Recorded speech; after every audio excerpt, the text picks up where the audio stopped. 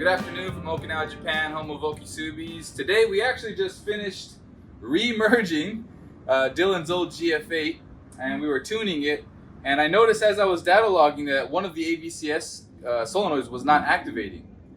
Sometimes it's the cam sensor, sometimes it's the solenoid. Solenoid is a little bit more rare, but this is the AVCS solenoid right here. And what we do is I just have this little connector, okay, with little wires hanging off of the edge of it. And what we do is you just plug it in. It's still hot. And then what you're looking for on the inside here, you'll see it move back and forth. And as you can see, it does not want to move at all.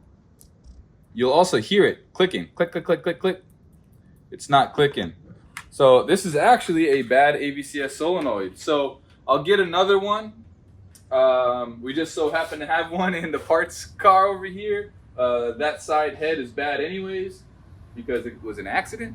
So we're gonna go ahead and pull out a good AVCS solenoid and I'll show you guys what a good solenoid looks like. All right, so we have the good one out and we're gonna do the same thing. So from an engine harness, all we did was clip the end of one of those on an older harness, right? You technically don't even need this. This is just making it easier plug and play. You can just get some wires to touch those little pieces there too, but this is just needs a positive and a ground, and I'll show you too.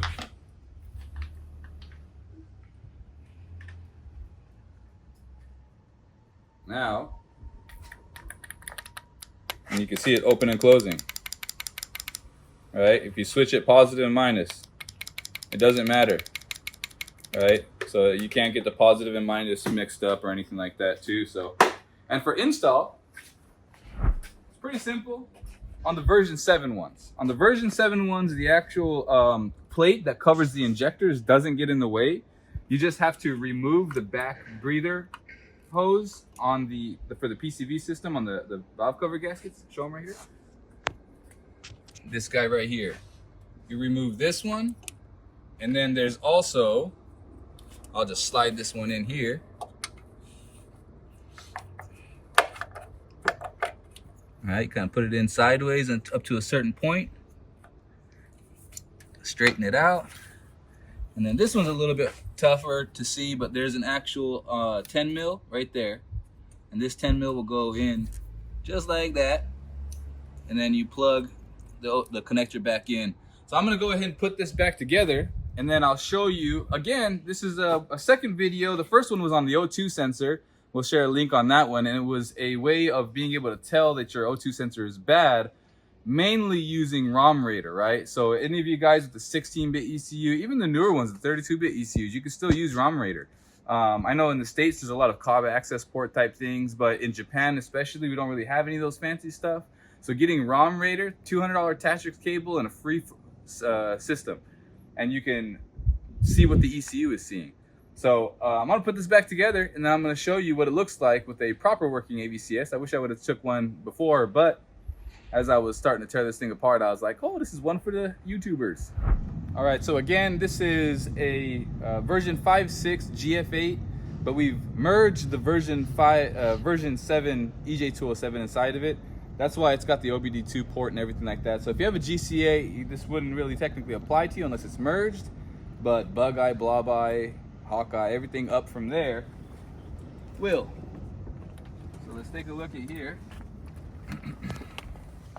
And you can see this right here is intake. Sorry, it's all dirty.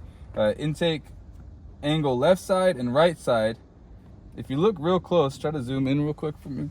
So there's 42 degrees, max 42 degrees. Romraider will actually record, you know, what your max is, right? So there's 42 over here. If you look here, the intake advanced right angle, the max was only 4 degrees. It was barely working at all, right? So we'll go ahead and start the car now. All right, idle is typically 0. We'll give it a little bit of throttle.